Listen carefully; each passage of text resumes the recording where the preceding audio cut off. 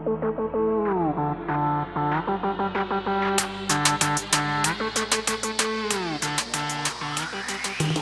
great. So I am so excited to start episode 2 of For Love Cast with you, James Tolbert. We've been friends for a long time now. I think I met you. I mean, the first time we met, I don't think we really clicked or anything, but I remember meeting you here in Pittsburgh. I think you must have just been finishing up your time. You went to, was it CMU? Yep, Carnegie Yeah. Mellon. Yeah. I think you must have just been transitioning to moving to DC because I remember there was this night at the cabaret where Lee and Kat from DC Bachata came and they were raffling off passes and there was a Jack and Jill. And I think we danced briefly there, but they're like, it's the smallest memory I have. But I think that was like our first actual meeting. And then it wasn't until later through Bachata that we really met. So I'm really excited to have you, and I'll share with everybody the reason I chose you is because you've been dancing a really long time, and you are a really amazing social dancer. You're known for being kind of like a chameleon, right? Yeah. People that see you dance bachata are like, oh my gosh, he's a Dominican. And then when you're dancing kizomba or samba, they're like, oh my gosh, that dude's Angolan. You know, you have attained these really high levels of social dancing, and yet you still do it just because it brings you joy. Like, you're not actively trying to teach, you're not trying to promote, you're not trying to organize. In fact, like most of the time you're like, I'll be a busy bee, like I don't want to do that stuff. So I'm really excited to get into this conversation with you. So let's start. How did you get into dancing bachata? So I thought I got into dancing bachata one way, but when I started to look into my images and videos, it kind of informed me how I got into it, and certain things where I didn't realize had a huge effect on me. Like the beginning, I looked and I was like, oh, that grainy video of this instructor I was recording, and I was like, that's where I had my love of bachata. So I first started off, I was at Carnegie Mellon. And when I was at Carnegie Mellon, I was part of a ballroom dance club. And I was doing ballroom dancing. And this was around 2009. And a group of us from the ballroom dance club, we decided, hey, we want to go salsa dancing. So when I went out to the local clubs in the Pittsburgh area, and we were out salsa dancing, I was just learning salsa, and I was like, I couldn't really get the flow. It was like moving, so trying to hear the beat and the rhythm was doing a lot. So then I heard this bachata music, and I heard bachata, and I was like, I'm liking this flow, and it kind of hit me with these 4 counts, and so actually I was practicing my salsa moves to bachata music. So I wasn't even dancing bachata out. I was like, hey, I can move and I can fill this out and I get comfortable with that. So that was 2009, and I was in Pittsburgh. And so then that kind of, when I went home to the DC, Maryland, Virginia area, and I'm in 2009, I started to explore my dancing, social partner dancing. So it was salsa and bachata. When I started that out, I would caveat here. So for the rest of that conversation, when I talk bachata, I mean what people in the social dance community will talk about traditional or Dominican and so forth. I'm just going to call that bachata.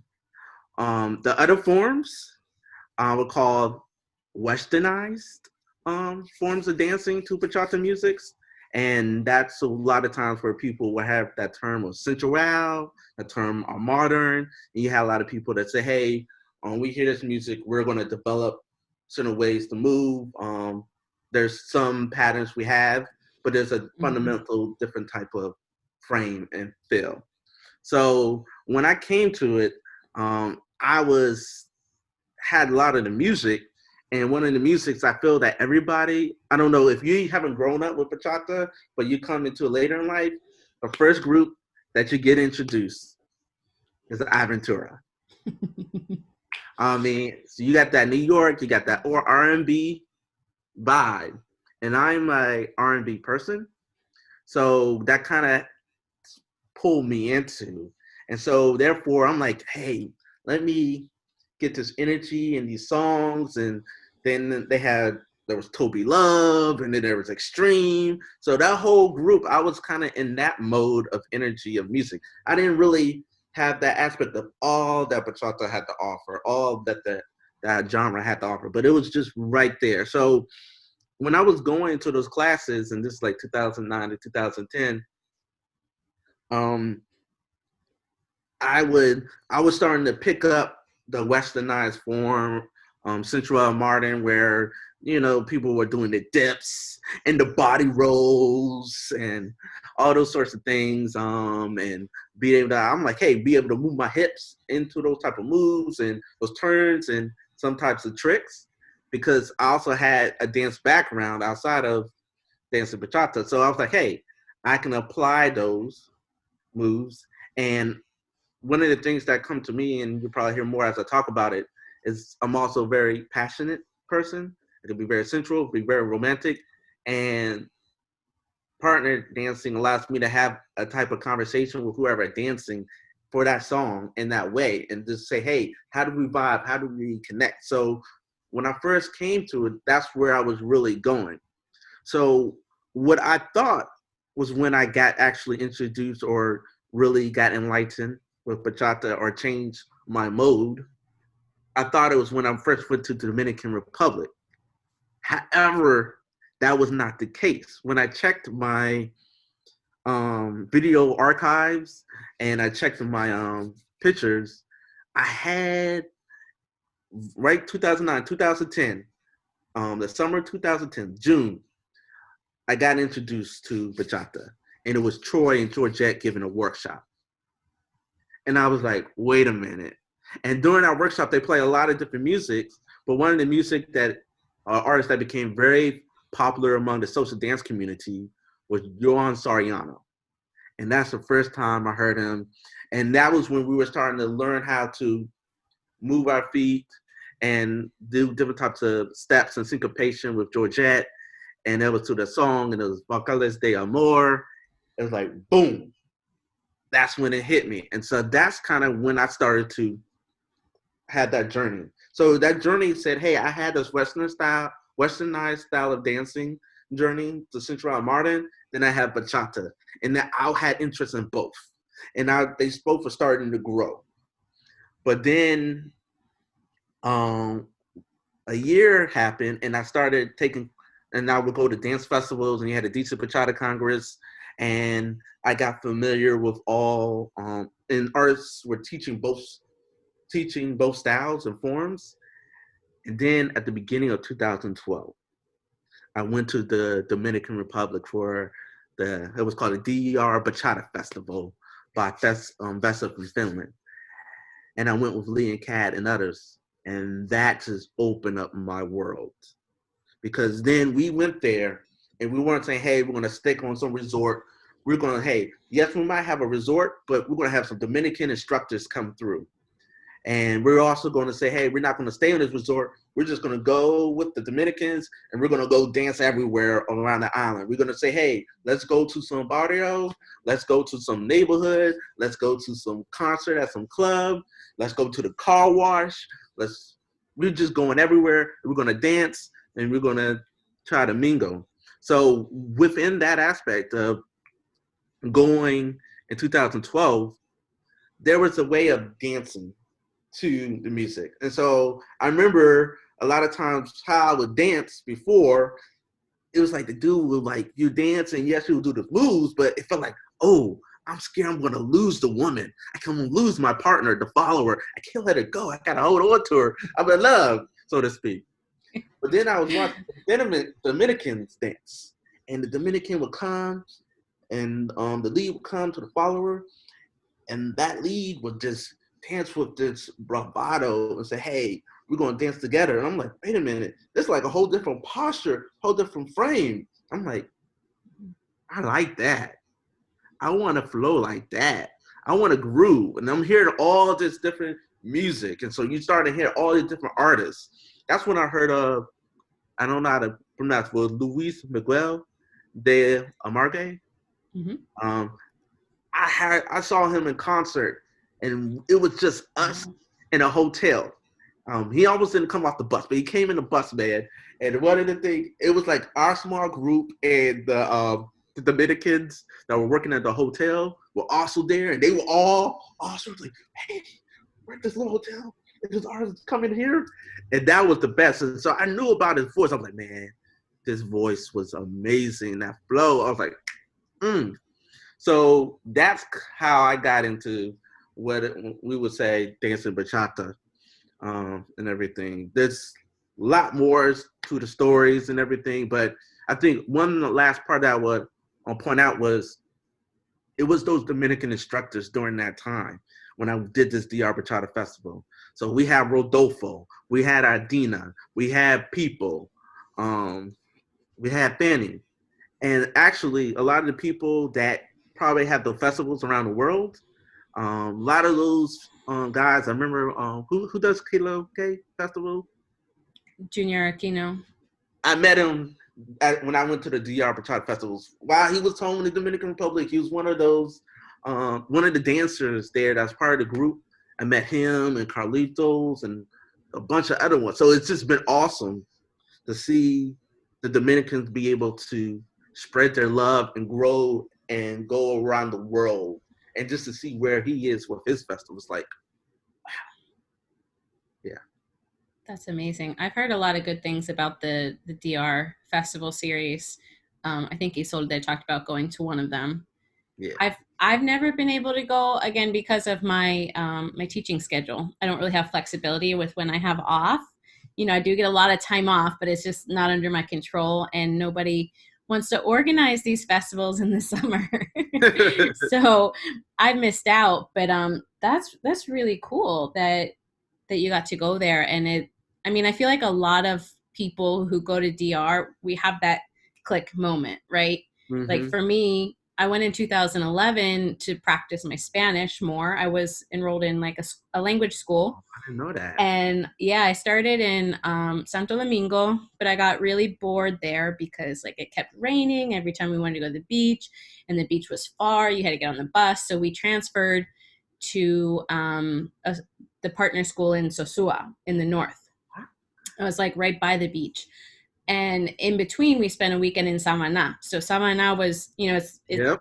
it's right by Las Serrenas, and that was the first place I really saw bachata because like these young, I guess they were like police, I guess, but they were really just in charge of like monitoring the parks and making sure like everyone was like behaving.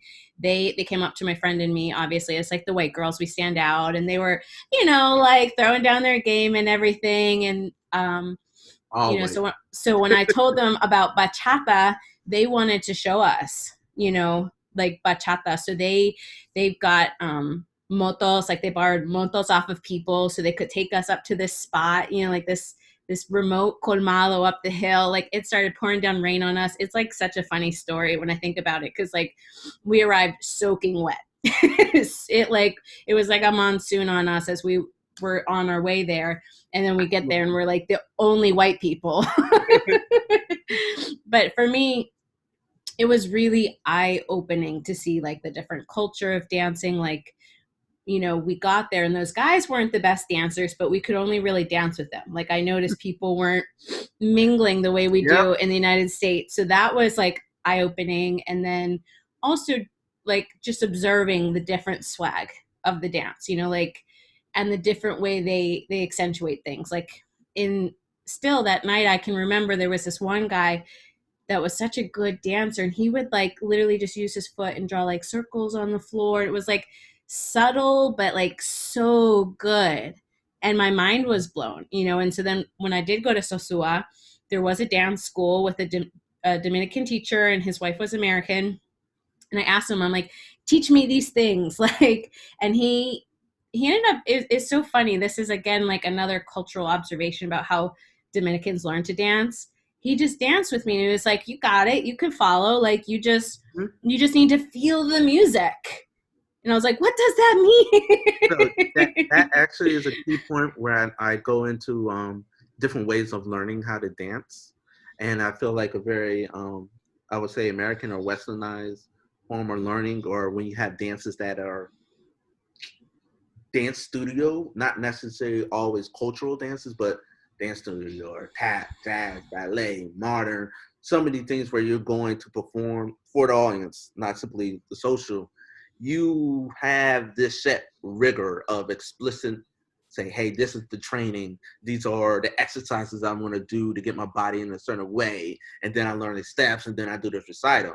And so I look at that as an explicit form of teaching, of learning. But then there's also that implicit form. That implicit form is saying, hey, this is my culture, and this I'm going to grow up. And so as you growing up from a little child, you're dancing. And if you can't dance, you're going to be on the side.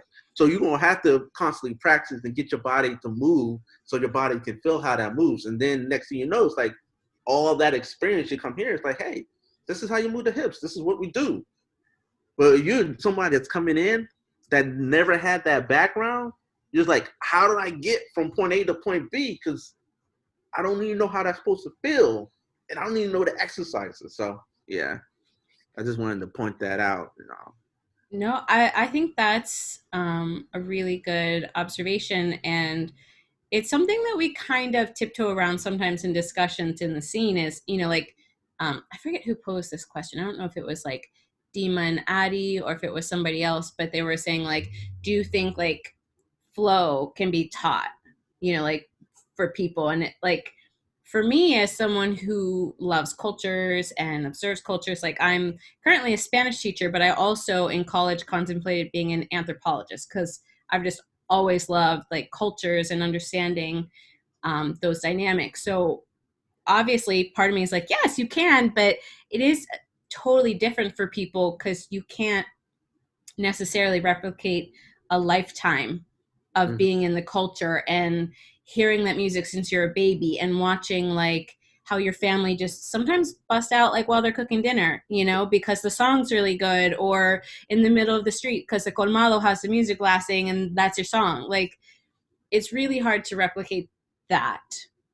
But I think it's something that it is important for us to pay attention to, and also like you said, like the differences in like in purpose, Yeah. like they're not dancing to impress. That I love that point about not dancing to impress. That's a big thing. Hopefully, we'll come back to it. What I was looking at is when you talk about teaching and teaching languages, there's certain languages. If you haven't learned the language, how the person grows up and they learn how to, I guess, create the sound. And if Mhm. you don't grow up doing that language as a little child, it's like how I can't even create that sound. You know, that's not always the case, but that's an example where it's like, it might be where how do I create a sound? It's going to be extremely hard for me to do that. But from other people, you know, some people have like that natural talent to do it. Other times it's going to take a lot of hard effort, but hey, it's worth it in the end. That's exactly what it is. And it is probably exactly because I'm a language teacher and I've studied this, that I have these beliefs because, like you said, it is really hard, especially if you're an adult, because, so like the science behind it is that when you're before puberty, you have like a bajillion million synapses in your brain. Like all your neurons are connected because you are a bundle of possibility. You can learn anything. And then, puberty used to really be like the mark of adulthood, like actually, like psychologically, adolescence wasn't a psychological period for humans until like the Industrial Revolution, because children grew up to become adults and they were helping work and do all that stuff. And then with the Industrial Revolution, when we fought for children's rights, children started having that time to develop adolescence. So at puberty, your brain starts trimming all those unused synapses, like all those unused possibilities. Like, okay, this is who you're going to be. We're going to specialize. We're just going to be really efficient at what we've already developed. So when you learn a language or something new post adolescence, it can feel more challenging because you have to form those synapses where there's not one already lying and waiting for you, you know? And with sounds it's the same, because it exactly like maybe someone's flow with dance, developing the ability to replicate a sound is something that babies are exposed to every day for their whole lives. You know, it takes them years. Some sounds they don't learn until they're 4, 5, 6 years old. They can't do it. You know, like that's how much exposure it can take to do that. And for me, like rolling my R's was a process. Like I started learning Spanish when I was 12. I couldn't do that until I was 20. You know, so like I fully believe Oh, everyone can, but we don't know that we can. Like we don't know that we just need to have intense patience with it. You know, because we feel like I'm already good at these things. Like I'm good at English sounds. Therefore, like this must be what I'm supposed to be doing. And it's like, no, it's really more like chance than anything. so speaking of bachata, and you talked about um, forming those synapses or being able to replicate. And so if you don't use it, it's kind of hard to get it to that point or figure it out. Mm-hmm. So what I'm looking at is that when I came into bachata dancing, and one of the things that started to make me able to groove when I saw how Dominicans were dancing was I had a bigger dance background. So if we're talking about doing steps and doing like the footwork and everything that Georgette is famous for and others, I tap dance. So therefore, Wow. being able to, I could be able to replicate and say, Matt, oh, this is kind of like a ball change, or this is a shuffle, or and everything. I had the tap dance background, so therefore, I have had that experience where therefore I can use that to as an end. Then it's like, okay, hey, we want to be able to have the upper body chill, but the lower body start having flow, be able to move those hips. Well, I was in jazz class and I was in African class. So I had exercises where we had to understand how to do body isolation, understand how do I move my chest and how do I move my hips separately while keeping everything still. So therefore, I'm like, hey, I'm up here saying I want to find partner dancing because before I came to bachata and ballroom dance and everything, I would go to parties. I'm like, hey, I want to dance, but a lot of times at the parties, the dance was not necessarily the focus. So once I found this, I was like, oh, this can be the focus. I can have this movement, this nonverbal conversation with someone, and I can take these things that I've learned and I can just feel the music. And so that's like one aspect or respect that just created and instilled that love for bachata music, love for bachata dancing too, and everything in me. Yeah. That's amazing. Yeah, before, I mean, we were talking a little bit before we started the episode. So I wasn't aware that you had all that background until today. So that blows my mind. But it also makes a lot of things make sense because of the high level you've achieved of dancing. Now, would you say that post, DR, whatever number it was that you went to, because I know they're on like DR 18, DR 19 now, um, was that something that you just cultivated yourself using the skills you already had, or were you still actively taking lessons and returning to DR to continually like push yourself? So there was two reasons why returning to DR. One was because when I went to that type of festival and we were just out there and the Dominicans were with us, it was like, yo, this is like family. This Mm-hmm. is a type of energy and vibe that I enjoy. This is a community of people where they have that dance love. And um, a lot of times, I don't know if it means like the party or just the background behind the word, but that type of energy and how Dominicans feel and other people might feel about the cultural dance, where it's not just a simple people social dance community per se, or a dance studio is outside of that. That's what drew me in, and so that what kept me in there. And I definitely continue to go back and learn because what happened was I go to the DR, Dominican Republic, and I go learn how to move a certain way. But with anything, if you're over there and you dance with people that are dancing that way, but then you leave that environment and you go somewhere else and nobody's dancing that way, you're not practicing that skill. So that skill is starting to lose it. You're starting to drain. He was like, yo, I remember how it felt when I was grooving and we were just floating to the music. We were in the groove of the music. It was like a wave, the ocean just moving, and we were riding that wave. But then I got out and I'm dancing sensual, I'm dancing westernized, and that's a totally different type of vibe. And now I'm like, yo, I need those pieces. So I'm like, I gotta come back. So that's what kept me coming back. And of course, then we're going out there and exploring all parts of the Dominican Republic. So I remember we went to Samaná. I don't know if I pronounced that or you said Las Terrenas. Mhm. We went there. I was in Barahona, of course, Santo Domingo. Where was it? Where was the part? But now, I've just been all That's over the dope. country. Of course, went to Santiago, and it was those experiences. And so, what happened was, I went to the DR to meet people that also had that love of the culture.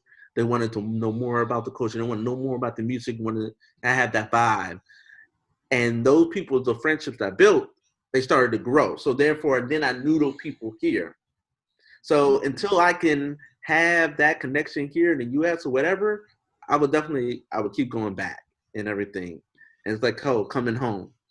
And when I started building that connection, that's when I started to know it. It started to feel like a small family because you say, hey, I knew this person, well, Carlos Cinta, Adam Taub, Evan Dakota, Georgette. You start knowing everybody. Alan Touch, all these folks I had experience, and some of them, and a lot of them have been on one of those trips and everything.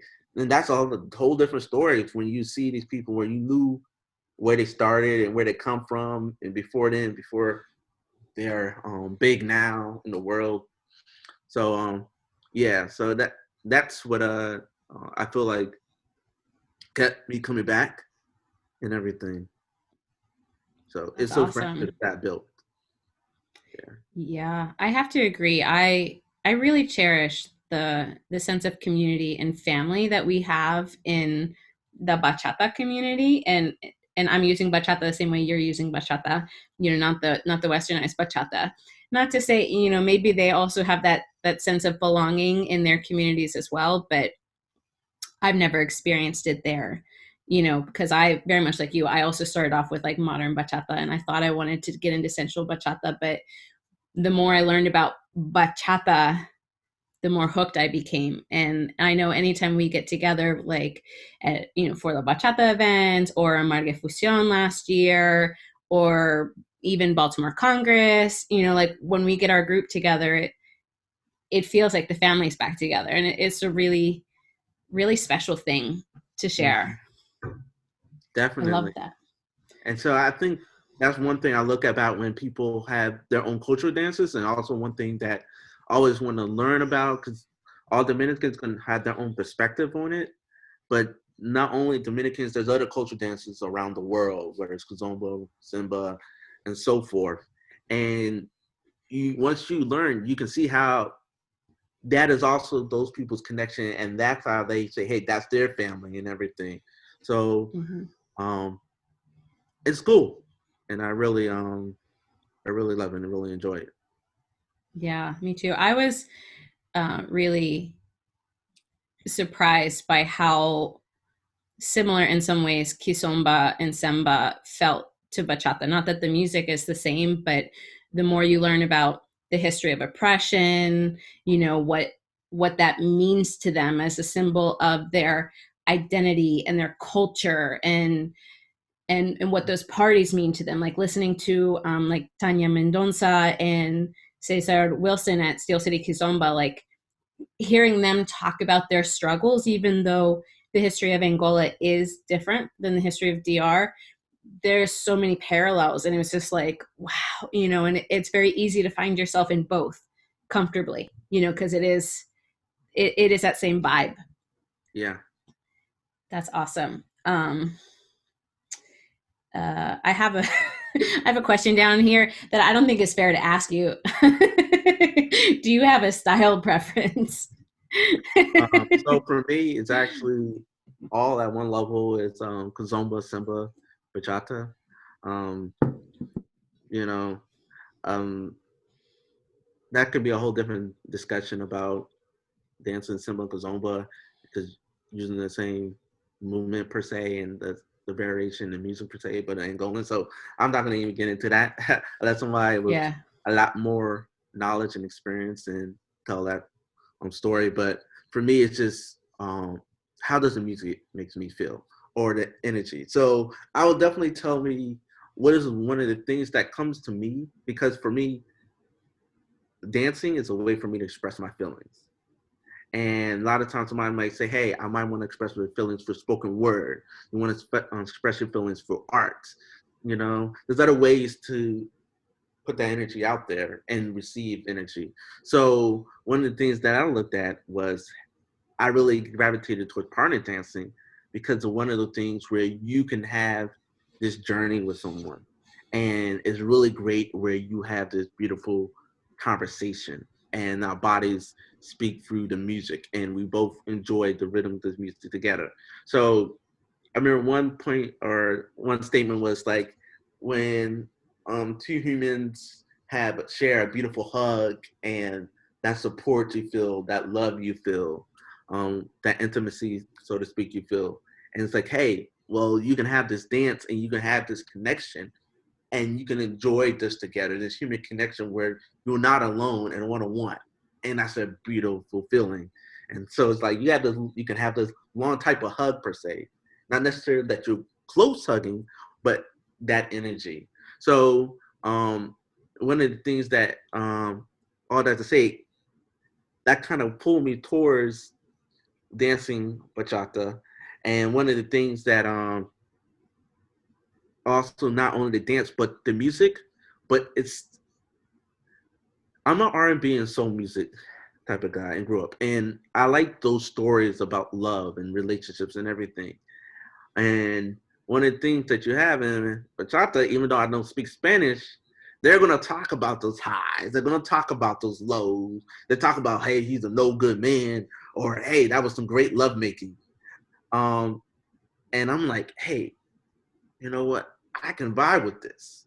So when I started looking at some of the songs and I translated the lyrics, I'm like, no wonder this song is my favorite. No wonder the song hits me. So, for example, we had Anthony Santos, Por Mi Timidez. Mm-hmm. Um, and I translated the lyrics. I'm like, yo, he's talking about, hey, I'm too shy and I wish I had talked to this woman and da da da da. I'm like, hey, I've been there. You're telling my story.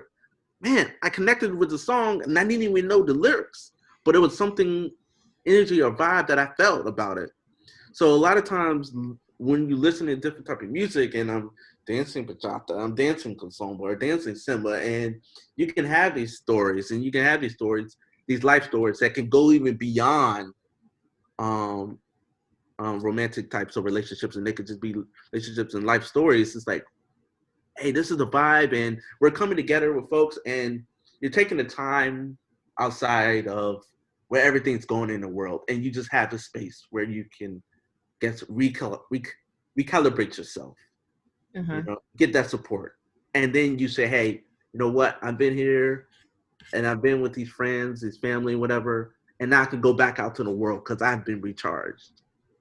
So that's one of the things that I see about bachata. I don't know where I was going with this whole statement, but I was just sharing just the thoughts on my mind regarding it and just how it makes me feel.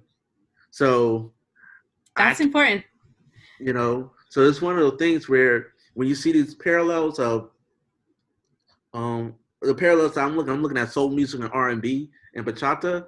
I'm looking at, hey, it might have a different instrument sound, but I can think about, hey, when you think about old school soul music, oldies, and you're saying this person is just singing this song, and the person might not have the best voice, but the way they present it, the way they sing it, you feel the feelings, and it's the energy is like, oh, whoo, that's Marvin Gaye, whoo, that's Luther Vandross, whoo, etc. But then you can have that same with bachata, and you say, hey, the way he's playing that guitar, the way he's singing that song, I'm like, okay, Raleen, okay, Anthony Santos, okay, Hector, Mm-hmm. um, okay, Oscar, I got these vibes. And so that's it's like, yo, that's also what pulled me in. Um, so I'll leave it with this. One of the things when I come into dancing, especially partner dancing, I'm like, yo, because I want to have this non-verbal conversation with someone, and we're gonna have this connection, and we're gonna have this vibe. I want to come into it with my energy and the support, and I hope that person comes into it too. So I always joke about us like, yo, I can't sing, but I want to be able to dance where when somebody gives that performance and everybody's like, oh, Marvin Gaye gave that performance, or Luther Vandross, or one of those, or Barry White sang that song to me. I'm like, I want to give that experience when I dance. So you were like, everything, and then it's not always about the look, it's about how it looks to the other audience. It's about how it made a partner feel that I'm with at that time. Well, achievement unlocked, because you and I have definitely had dances like that. Like I still remember one at Baltimore Congress, one of the first or second year after Raj and Dola took over. Mm-hmm. Um, I remember we were in that little room, and after it was like Kiko Rodriguez, and after it was just like, damn, that was a good dance. Like, it's exactly what you were saying. Like, Marvin Gaye like sang that song, like he gave it his emotions. Like you dance that song, So definitely achievement unlocked for you there, my friend. Yeah. So that's one of the things when I'm talking about people with social dancing. That's one of the things that doesn't necessarily say, hey, you can always be taught as movements and like the dance studio all the time, but it's saying, hey, how are you coming into this dance? And then the question is who are you performing for? So there's certain things where you go and you can do dance studios, and you can do classes, and there's dancing for an audience. So you're doing a routine, and that's for me. I feel like that's different than dancing for a social dance where you dance with a partner, because you could do all these tricks and you do everything, and that's outward tourism. But if it's not connecting with your partner, you're missing the story of what that dance could be. Mm-hmm. Yeah, those are my thoughts. I love that. When I started, dance was definitely like a little bit of an ego boost. Like I definitely always loved it for myself, but there was also some outward focus when I first began in those years. And I definitely like I vibed well with people who were outward focused, like with leads that were very outward focused. And I was also conscious of people like watching me. Now since I've given like all of that up, and I've totally changed it to like how do I feel in the dance? What is my connection with my partner? My feeling and my love for dance has just become so much more deep than it was in those years. So I feel that there's really something valuable there. Not that it's wrong to do it the other way. It's just, I don't know, it's different. You get something different out of it. There's nothing wrong away. It's just different things you get out of it, and different ways how people want to dance and how they want to feel. So I think one of the things you just have to, as a person social dancing, is it's a conversation. So it's trying to figure out what is this vibe of this person. So if this partner they like that type of flow, then let me see how can we work together to meet what you want and meet what I want, so we can both enjoy this dance. But if they don't like that type of flow, then it's like, okay, let's tailor this. So um, that's I think one of I feel like a major point where people can um, get lost or miss the aspect of the social dancing is when they're not having that conversation and everything, or they're not listening, which also Mhm. tells you a lot more about the person, because you can say, hey, if the person wants to have this type of conversation, this personality, then a lot of times if you have a conversation verbally, you're like, oh, this matches how they dance. Like, oh, wow. So I would say you dance with somebody, and if they dance to something they love, it does give you insight into that person's personality too. Yeah. Yeah. So earlier you kind of mentioned, when you're in DR, you would have these feelings and then you would come back to the US and it's like, oh man, I can't can't dance that way, getting out of practice. Like, what has your experience been, since your love for bachata has grown this way? What's your experience been in the scene here? Because, we both live here and we have to make our lives work in the US like dance studio / Congress scene. So there were some workarounds that I had to do. One thing is that in the Congress festival scene, you would have like the festivals, and then you would have the bachata room versus, and that would be a smaller room versus the Western, Central, Modern. That would be a big room. So it's like, hey, let me go get the opportunity to dance there. But I have to think about it. In the past, I remember when I started out the journey, I will have like those videos, and so therefore I would take my dance background and say, hey, if I want to um, have the experience, I need to practice feeling and listening to the music all the time. Listening to a music all the time, um, that really helped me, because then I said, hey, once I started getting the pieces of understanding music, thank you, Carlos Cinta,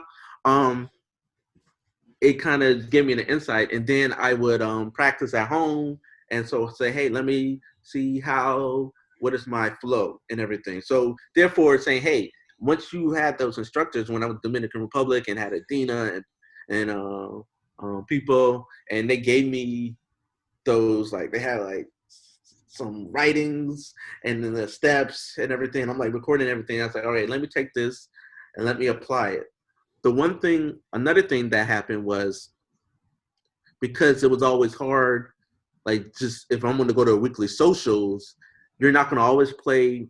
There would be bachata being played, or it'd be a bachata social, but not all the music will be bachata music per se. And what I'm quantifying is that people will make a remix, and that remix might have only one instrument, or a thing that would only tackle one of the instruments that would make the whole song. And it wouldn't have the same flow of breaking the sections. You can say, hey, let's take this R&B song, or this rock song, or this pop song, and let's put this dum dum dum da. Now, I have a dance experience dancing to any type of music and all sorts of dancing. So I can say, hey, let me navigate and let me figure out how I want to move. But it's still, when you only have like a couple songs for this, say, hey, we're going to dedicate this to this bachata section of the night. It's like, yo, I got to be in it. And hopefully, maybe there might be somebody I know that can groove. So once I met those people that can groove, then it's like, hey, all right, let's do this. Then the other thing I dealt with is, depending on, there's a lot of people that listen to bachata music. There's different Hispanics, Latinos living all around the world, living here in the US. Everybody got their own culture. And so within the US, if I'm not going into social dancing, I'm coming from a social dancing world where everybody asks somebody to dance and we're going to try to have a good time. But if you're going outside that social dancing world, you go to somebody, the person saying, hey, just like how you might go to the Dominican Republic, I'm only dancing with the people I know. I'm not comfortable while you're approaching me to ask me to dance, while you're trying to speak to me. I'm not interested in you to date. So kind of chill. And I'm like, hey, I just want to dance. I see how you're dancing. I love this dance. I want to experience that conversation. So one thing that I had to do, or I had friends that I knew from the DR. Whenever there was a bachata artist that would come for a concert here in the DC, we would all talk and say, hey, we're rolling as a group. So then that's like, okay, I have somebody to dance with. And then that was one of the best moments where we would just have like a little pregame. We would just joy, dance, and then we'll hit to the concert, because, the artists don't come on too very, very late.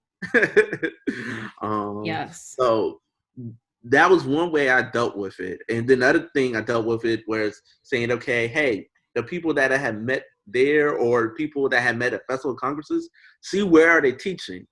And then if I can, I had a lot more flexibility with my job. So then I was like, okay, I want to go there. And I'm gonna go to the different places and know where there's gonna be the dance. I think for me, the sort of the difference is lately or the last couple of years, I didn't always the communities change or I didn't always find those vibes. So therefore I didn't always go out. So I started doing more Kazomba and Simba and social. And I was like, okay, I mean Simba and their social and all of that type of music, the different type of Zouk music that came through those atmospheres. So that kind of leaned towards me. But when I knew, hey, when you have your For the Love of the Bachata event, I'm like, boom. I know that's gonna give me that experience. I'm gonna have those friends, and I'm gonna meet some new people that have that same love for dancing that way. I'm there, and that's why you're saying, hey, that's like that family reunion, so to speak. Lastly, um, because it's not always you have like those dance socials where then not dancing a certain type of way, and you can't really always go to the concert, but there might have been these weekly events, or so there was like bachata brunch, and bachata brunch doesn't necessarily always have dancers from the dance community that we would call people that go studios, but it would just have people that, hey, I just want to have a great and good time. And so those people, there'll be some Dominicans that were only as other people that had that type of flow. And then that was like a perfect opportunity. And so I would ask them and we would get a jam. I was like, yo, this is the weekly spot. That's my crew. Or you get to know people and say, hey, let's dance. And I'm going to just dance it all out. So those are the avenues of where I was able to take advantage. And it's very different because a lot of things, the advantage of living in the DC, Maryland, Virginia area, you have a lot of the Dominican artists come through here as they go to Boston or New York or wherever to perform. So I had that benefit. And then also have a lot of people that would come here for bigger events. So that's where I was able to um, have a leg up than other people where if you might live somewhere else in the US and you're like, all right, there's nobody around me that's gonna dance this way. What do I do? Yeah, no, I relate because Pittsburgh is not a place where artists are coming through.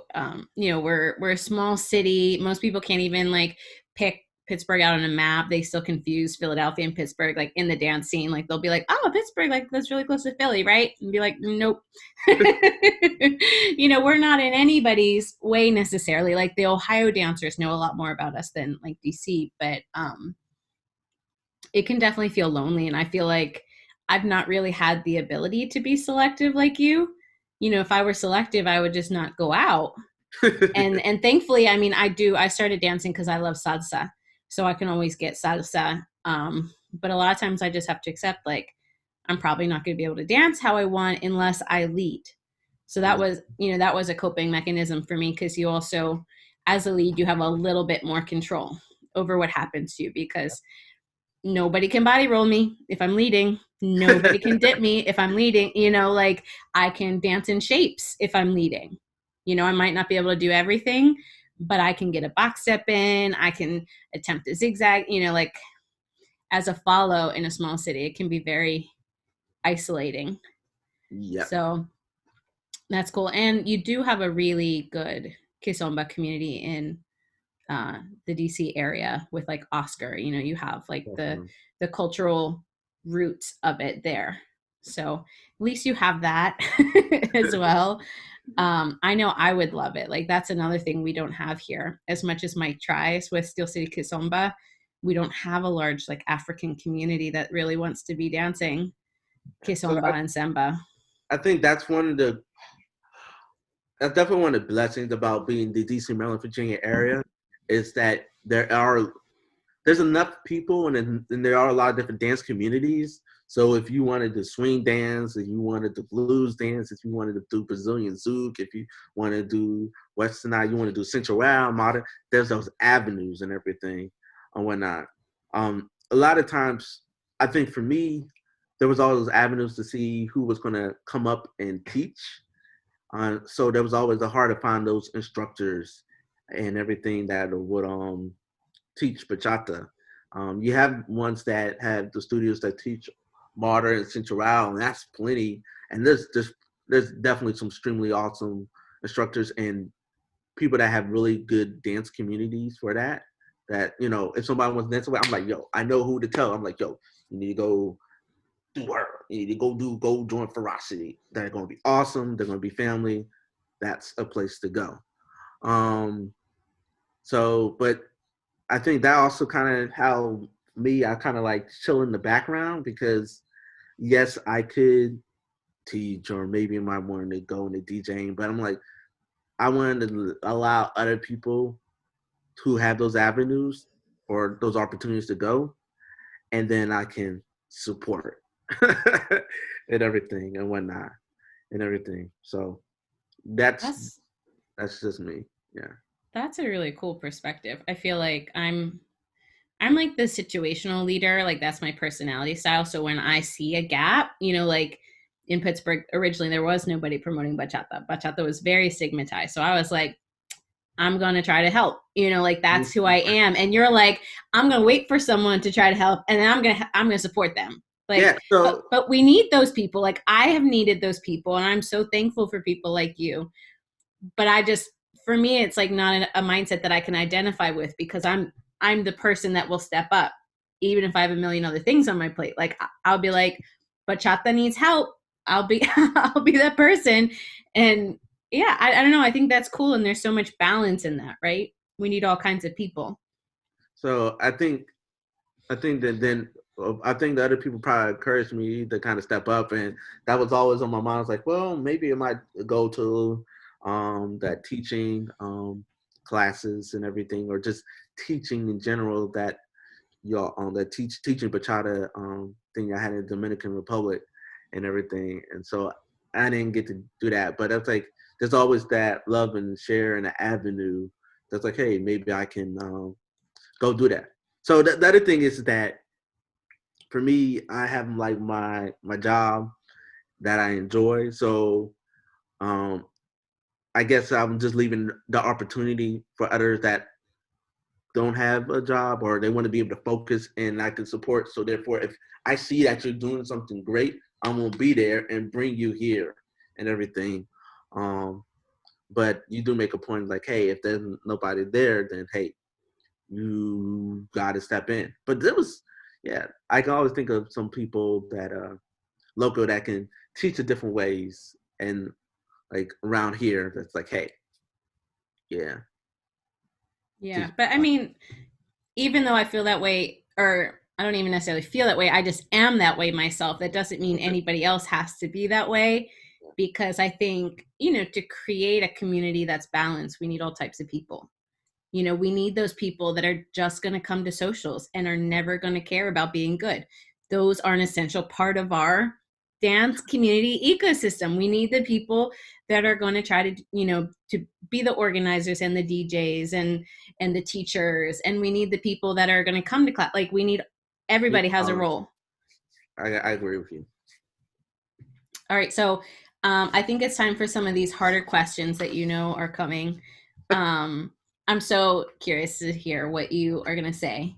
So, if you could change one thing about the bachata community at large, what would you change? Mm, that's even It's though I still know hard, that isn't it? it's still hard and everything.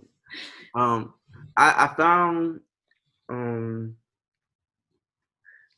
I would what would really be interesting, and I don't even know if it's possible, is to be able to close that gap where it connects to the Dominican community and everything, because the Dominicans they like have their like own thing and everything, and sometimes you would get a Dominican that might roll up per se, and they were like, all these other people doing all this stuff, and they're like, yo, this ain't my vibe. Or somebody like they try to dance, somebody like, this ain't how you're supposed to dance. And you're like, how you tell Dominican how they can or can't dance Mhm. when that's their culture, so to speak.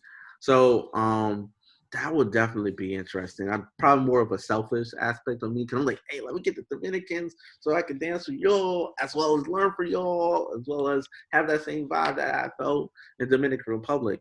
I do get some of that vibe when there's bachata brunch because you have those people where you don't have that necessarily say, hey, we got to dance this particular way or we got to do these steps and somebody do a routine. It's like, hey, let's have this created atmosphere. So I think that will be definitely like that far stretch goal will be interesting. Something more closer was to be able to. There's a ton of people that like to dance bachata, but they don't always get that vibe or see those classes. So then they kind of stay after woolworks, those sorts of dancers. So being able before the pandemic, I started to see that something was growing, at least growing in DC. Um, I remember, and that was like that one event that I forgot the name of the event, but that happened. So I'm like, yo, this is happening, and it's bringing these people out, you know. And then the pandemic happened this year, so I then it know. was, you know, so so I guess it would be saying, hey, if we have more events where people want to share that love of bachata, then that would be great and whatnot. And so that was kind of what I saw when Ace and Sierra were doing their events or whatnot. So I was like, Yeah.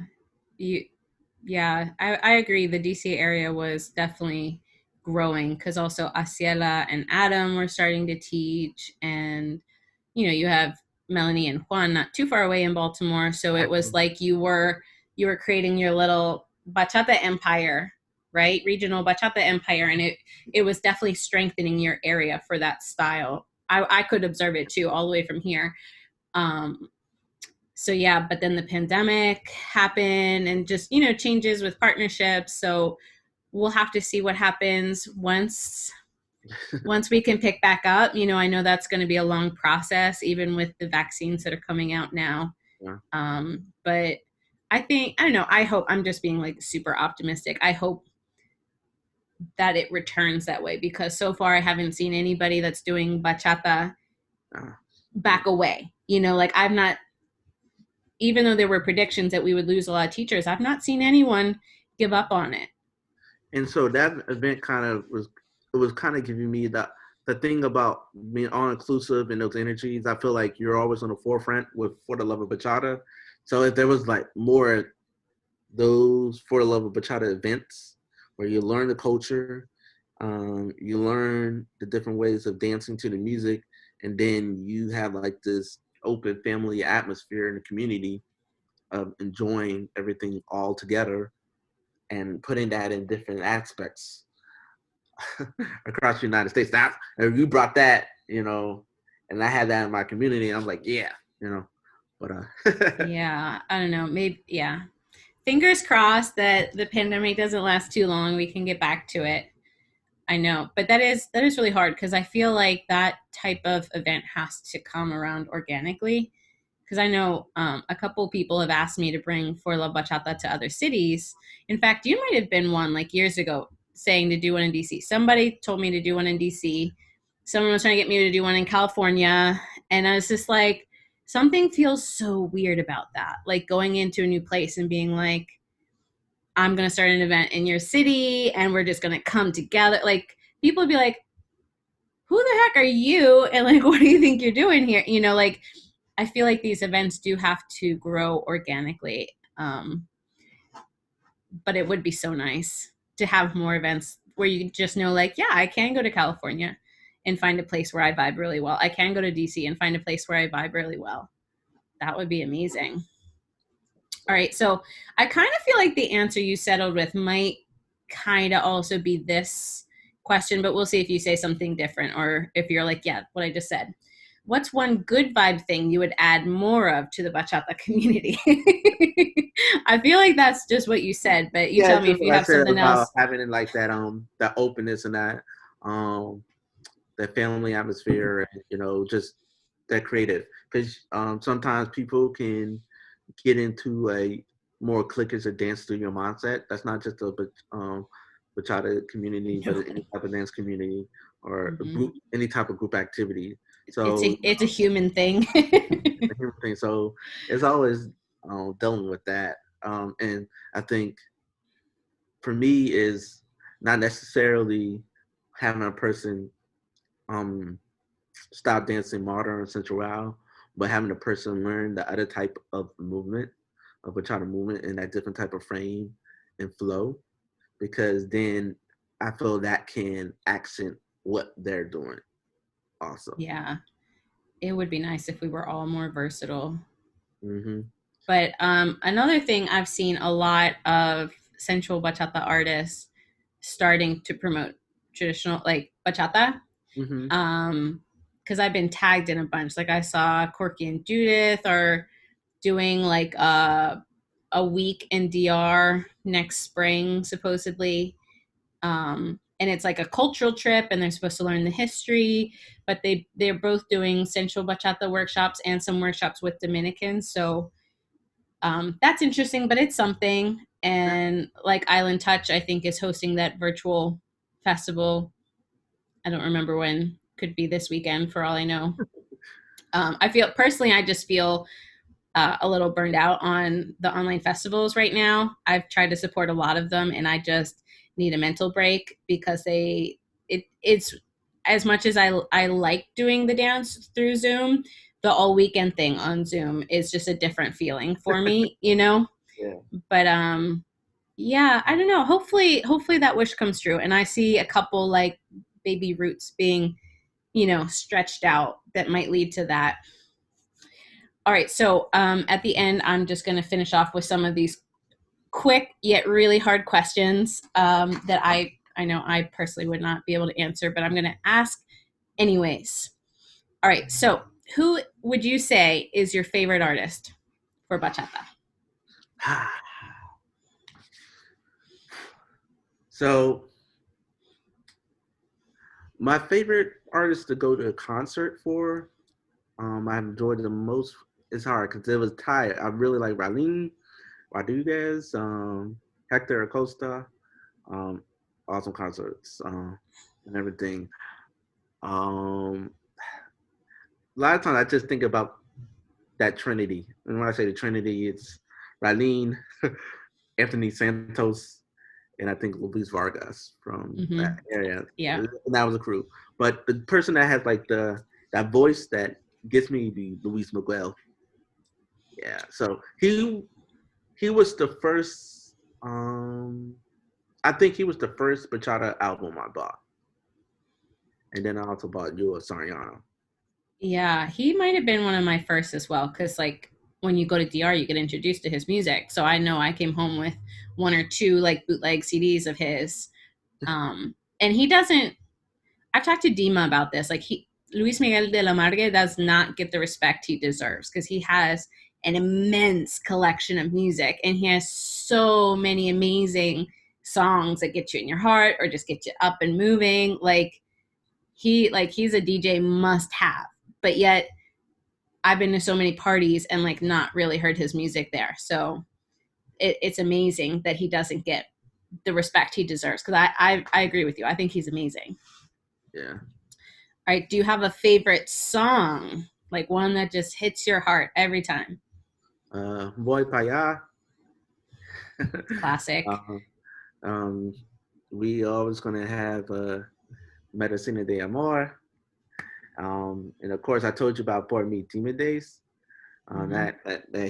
So these are a lot of songs that hit my heart because of the dances I had, those moments, as well as the stories. Another song that will always get me was Esta Noche, because of the concert I went to, and it was a concert in DC, and Raleen was performing, and at this concert there was no VIP tables at all. So Oh, basically, we got there early enough, and we're right there in front of the stage, and we just stayed there. And the crowd is behind us, and we started singing Esta Noche, and he brought the mic, and everybody singing, and they're pushing up against us. That was an amazing performance, man. It was like, go. Usually, you have the VIP table buffered, and you can't be that mm-hmm. close to the artist when you're in the States. But that time, there was none, and you were just there. That's amazing. Yeah, so yeah. Yeah, So I have a lot of songs, but those are the ones that definitely um jump out to me. nice. All right. You mentioned earlier that this would be a really hard one. Do you have Uh, somebody that you just freaking love dancing with because your connection is on point? And and we'll put the disclaimer out there. This does not mean you don't enjoy dancing with anybody else. My feelings won't be hurt if it's not me, for example.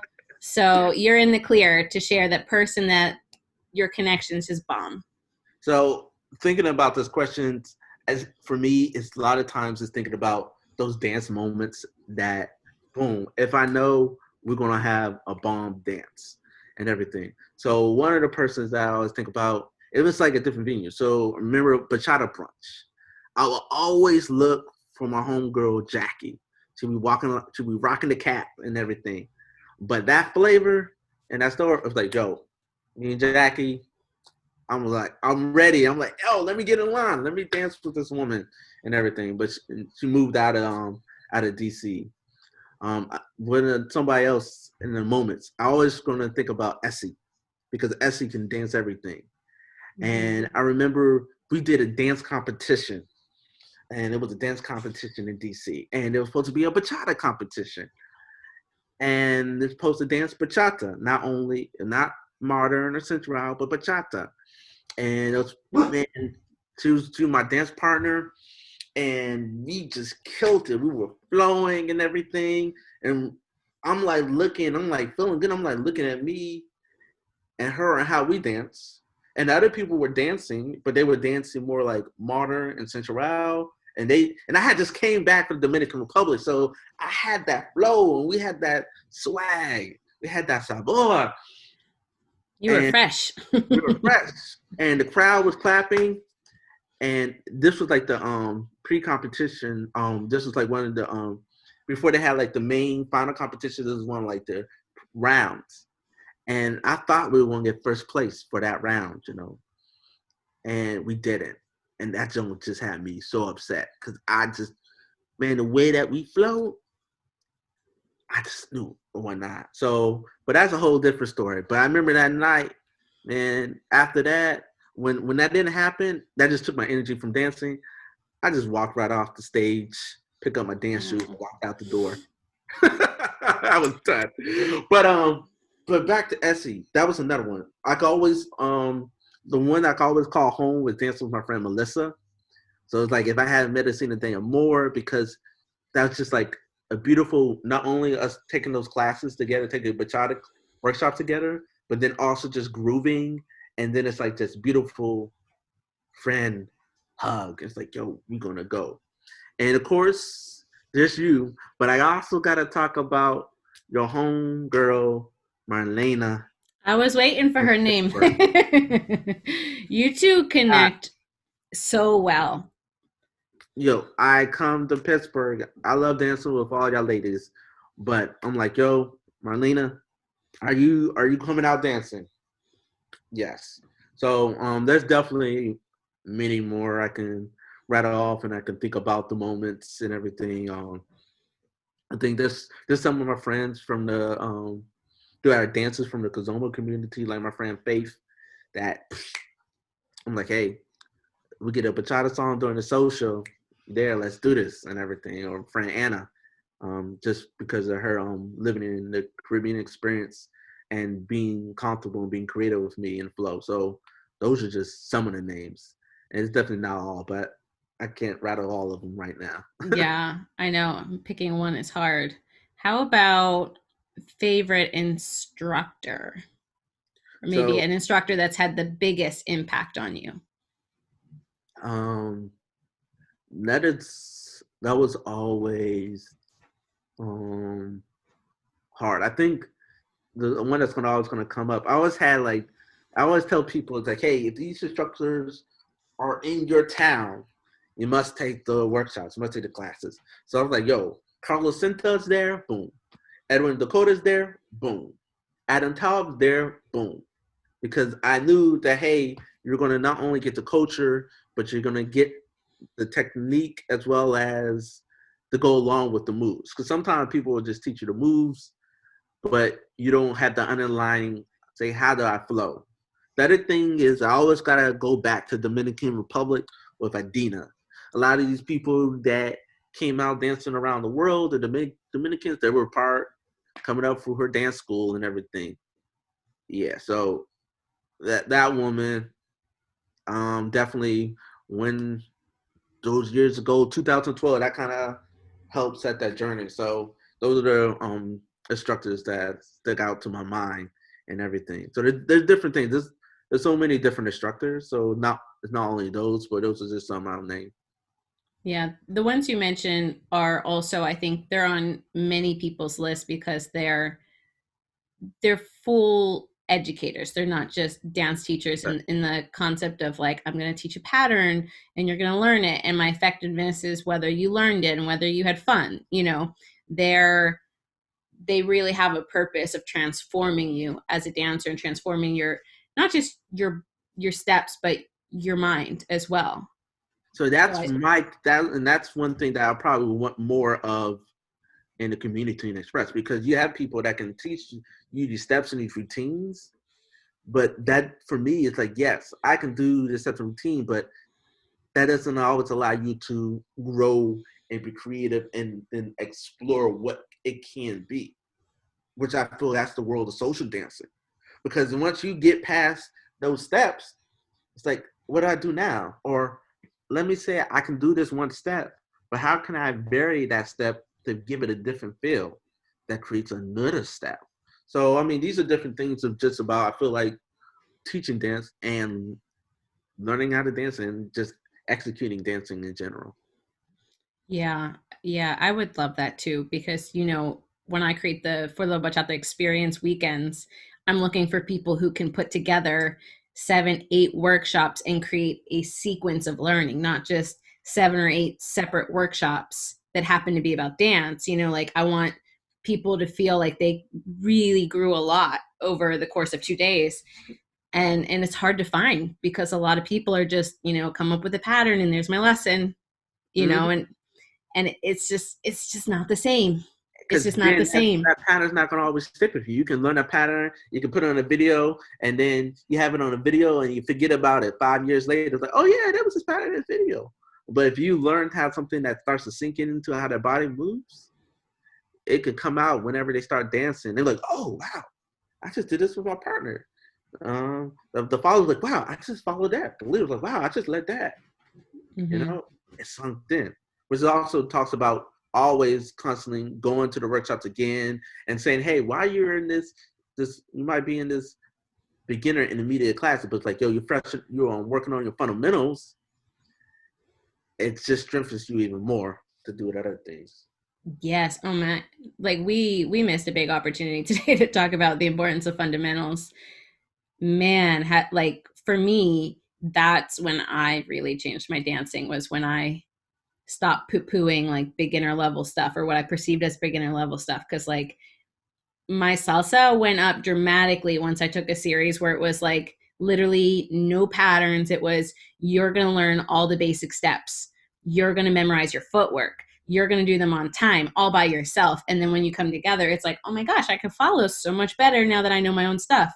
And same with bachata. When you know your shapes, the ways you can accent them, the variations, like you can then combine them yourself. But if you do memorize a pattern, then you're stuck with it. It's real, most people, unless you put the time in to dissect it and practice those parts separately, the pattern itself does not really give you the ability to do that because you've Mm-hmm. created muscle memory. You've created this a literal sequence in your mind and in your body, and you can feel it as a follow. You can feel when leads are doing the same pattern over and over. Mm-hmm. And you don't, if you learn those different things separately, or you learn those fundamentals, you can do that pattern. But there might be like something where we, I remember I was dealing with Diane Walker, Lady Di, the tap dancer, and she was like, okay, we're just focusing on fundamentals in this tap dancing. And so then, because then you try to do other stuff, because once you have those fundamentals set and something is a mistake, it might not be a mistake anymore. It might just be a new avenue of creation. So therefore, I'm looking at, hey, I'm social dancing and we're just having fun, and we might not hit this right. We might make a mistake, but hey, let's explore that. This mistake might be just a new form of movement or a new form of connection that we have. And there's like boom, this organic, just what I say, journey that you're going on, and everything. I Nice. want to enjoy this conversation with you, right? This dance conversation that we have. I don't want to be bored or fall asleep. So to speak. Yeah. Yeah, it's also important not to stigmatize our own mistakes because I did that for years and Mhm. it sucked the joy right out of my dancing. Okay, so last question, also a hard one. What is on your bachata wish list if you could have anything? Mm. Um, More people dancing bachata. Okay. But yeah, that was the thing where I had that vibe before the pandemic, and it was like a year before, and I was like, well, I knew certain instructors that could teach it, but they weren't getting the students that wanted to learn it per se in my area. And then last year, I, I started seeing people starting to come out to works that wanted to learn, and everything, and then it's like, you know, let's keep this ball rolling. But I think the difference is that I'm blessed here where I met the people from the Dominican Republic and met those friends that I know where they live, and I had the ability to go travel. And then number two, you had those artists come here with the concerts. So I had that. Number three, there was always some local events or something where you have people that had that same energy, like, and that was when I had bachata brunch. So I had a lot of different avenues, but the thing that I always thought about was saying, hey, if I can the wish list will have more leads, not only followers but more leads, be able to dance bachata, then everybody can just switch and then everybody can start adding their own flow and that just level everything up. So yeah, so once I say more people dance bachata, let's focus on more leads dancing bachata. I would love that too. It's always easy to find follows, but finding leads is a little bit more of a challenge. Mm-hmm. All right. Well, thank you so much for having this conversation with me. I learned so much about you, and we hit on so many really important topics. So I'm really appreciative of you spending your time today. Now, Welcome. if anybody were to watch this today and say like, "Oh my gosh, James is dope. Like, I want to follow this guy. I want to be his friend." Like, is there any way that you think people should reach out or after the pandemic where they can find you? Um, I am on Facebook, but usually I think probably easier if you just send me a message like, "Hey, I saw on the video and I want to know more and interest about bachata and where I can go." So they can definitely reach me on Facebook. Maybe you can post that as well as I do have an Instagram. I'm not really too much on Instagram, but it's there, so you can reach out to me there. On Instagram, I'm actually Bala Consabor. Mm-hmm. Um, that's kind of self-explanatory, but uh, that kind of explains me in dancing. So, yeah, you can work your magic and put those two avenues where they want to go, Facebook and Absolutely. yeah. I will do that. All right. Well, thank you again, and we'll see you next time. All right.